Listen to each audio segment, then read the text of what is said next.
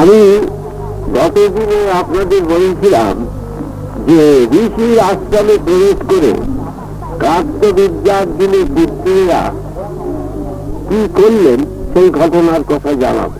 সেইটাই আজকে জানাচ্ছি।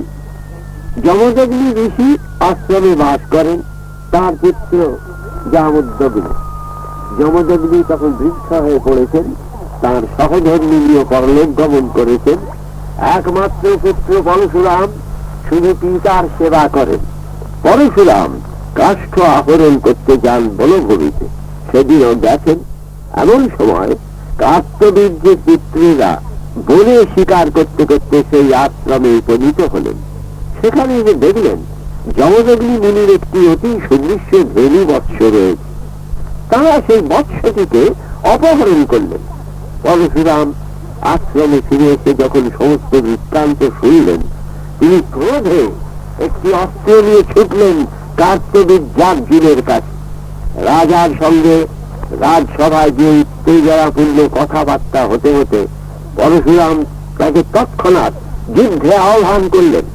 আর সেই যুদ্ধে তিনি কার্তবীর্যার্জুনের 1,000 বাহু ছেদন করে দিলেন এবং নিজের ধেনু বৎসটি নিয়ে এলেন আশ্রমে। আবার কার্তবীর্যের পুত্রেরা তখন ক্ষিপ্ত হয়ে উঠল।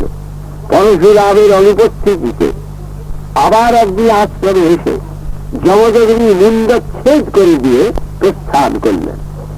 আশ্রমে ফিরে পরশুরাম পিতার এই শোচনীয় মৃত্যুর কারণ জানতে পেরে পরশু হাতে নিয়ে কার্তবীর্যের পুত্র পৌত্র অন্যান্য ক্ষত্রিয়দের নিধন করতে লাগলেন।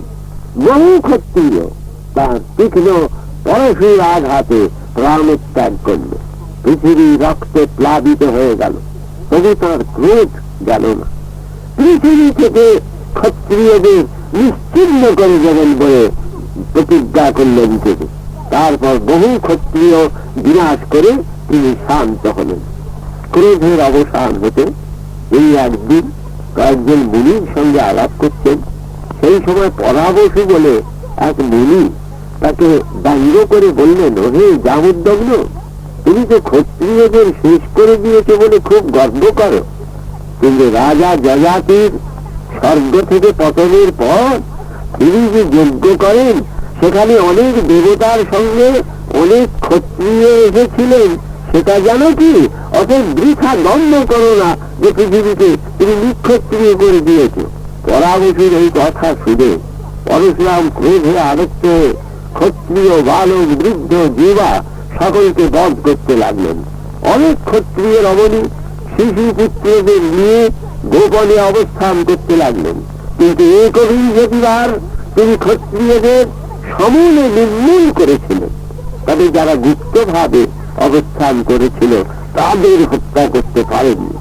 কিন্তু তিনি ভেবেছিলেন তার সংকল্প সিদ্ধ হয়েছে এবং সেই সিদ্ধি লাভের পর তিনি অশ্বমেধ যজ্ঞ করে দক্ষিণার স্বরূপ কশ্যপ মুনিকে সমগ্র পৃথিবী দান করলেন। কশ্যপ মুনি তখন বললেন, দেখো পরশুরাম, এ পৃথিবী এখন আমার অধিকার। এখানে যদি এখনো কোনো ক্ষত্রিয় গোপনে থাকে তাকে লাঞ্ছিত বা বধ করার অধিকার আর তোমার রইল না, এটা জেনে রেখো। আর একটা কথা, তুমি এখানে কোন ভূমিতে বসবাসের অধিকারী রইবে না। তুমি দক্ষিণ সাগরের উপকূলে চলে যাও। রাম নীরবে সাগরের কূলে গিয়ে যখন দাঁড়ালেন, সাগর তখন স্বেচ্ছায় একটি শূদ্রাকার স্থান তার বসবাসের জন্য প্রস্তুত করে দিলেন। এদিকে পৃথিবীতে বহু ক্ষত্রিয়া রমণী বৈধব্য প্রাপ্ত হয়ে নানা জাতির সঙ্গে বাধ্য হয়ে বসবাস করতে লাগলেন বা বহুভাবে নিপীড়িত হতেও থাকলেন। পৃথিবীতে সমাজে অরাজক অবস্থা ঘটতে লাগলো। পৃথিবী রসাতলে প্রবেশ করতে উদ্যতা হলে কাশ্যপ তার উরুর দ্বারা পৃথিবীর গতি রুদ্ধ করলেন। তাই পৃথিবীর আর এক নাম হলো উর্বী। তখন পৃথিবী কাতর ভাবে কাশ্যপকে বললেন, মহর্ষি, আমি ক্ষত্রিয়দের বহু পুত্রকে গোপনে রক্ষা করে আসছি, এখন সেই ক্ষত্রিয় সন্তানরা আমাকে যাতে রক্ষা করে আপনি তার ব্যবস্থা করুন। কশ্যপ জিজ্ঞাসা করলেন, ক্ষত্রিয় সন্তানরা কোথায়? তখন পৃথিবী বললেন, বহু ক্ষত্রিয় সন্তান আমার বুকে এখনো রয়েছেন। কৌরবগণের জ্ঞাতি বিদুরথের পুত্র ঋক্ষমান পর্বতে ভল্লুকদের আশ্রয় রয়েছে।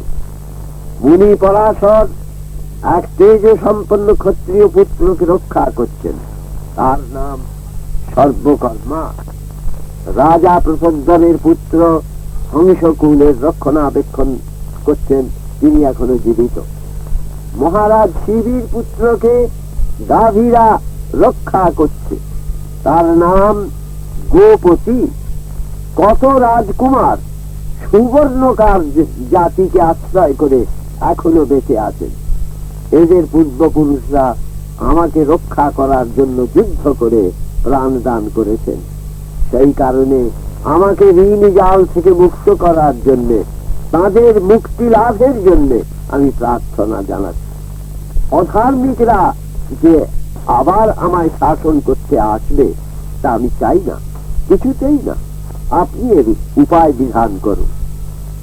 তখন মহর্ষি পৃথিবীর নিবেদন শুনে ক্ষত্রিয় কুমারদের বিভিন্ন রাজ্য দান করলেন। এরপরে গল্প বলতে বলতে ভীষ্মের নিকট বাসুদেব রথে করে অগ্রসর হয়ে গেলেন। ক্ষণপরেই বাসুদেব ও পাণ্ডবদের রথ সরসজ্জায় শায়িত ভীষ্মের কাছে উপনীত হল।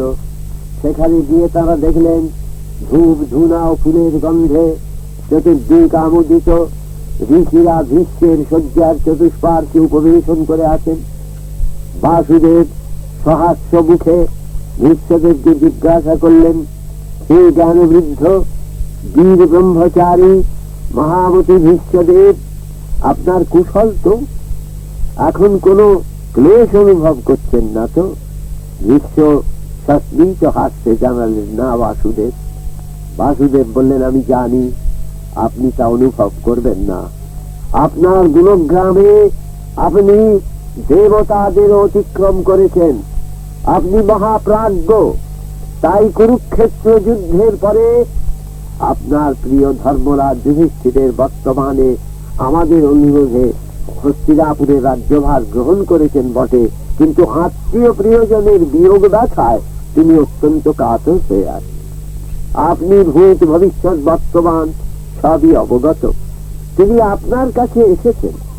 আমি আশা করি আপনার বাক্যে উপদেশে তিনি প্রভূত জ্ঞান লাভ করবেন এবং সান্ত্বনা পাবেন। আপনি নিশ্চয় তাকে সর্ব বিষয়ে জ্ঞানদান করে ঐহিক ও পারত্রিক জ্ঞান অর্জন করতে পরম সহায়ক হবেন, এইটাই আমি মনে করি। বাসুদেব এই কথা বলার পর ভীষ্ম করজোড় করে বললেন, হে নারায়ণ, তোমার কৃপায় আমার জ্ঞান লাভ হয়েছে। তুমি সকলের আশ্রয় তা আমি জানি। জীবন ও মৃত্যুর তুমি বিধাতা। আজ আবার অন্তিম কালে তুমি আমার মঙ্গল কামনা করো পুরুষোত্তম। বাসুদেব সে কথা শুনে বললেন, হে মহাত্মন, আপনি আমার পরম ভক্ত বলে আমি আপনার কাছে দিব্য কলেবর প্রকাশ করেছি। আমার ভক্ত হয়েও যারা কুটিল ভাবাপন্ন হয় তাদের কাছে কখনো আমি নিজের স্বরূপ প্রকাশ করি না। সরল স্বভাব বদান্য ইন্দ্রিয় নিগ্রহশীল ভক্তের কাছেই আমি প্রকাশমান হই। আপনি আর কিছুদিন পরে স্বীয় সৎকর্মের ফলে সৎলোকেই গমন করবেন। আপনাকে এই কথা আমি বলে যাচ্ছি। এরপরে ভীষ্ম যুধিষ্ঠিরের কি কথা হয়েছিল আপনাদের জানাবো।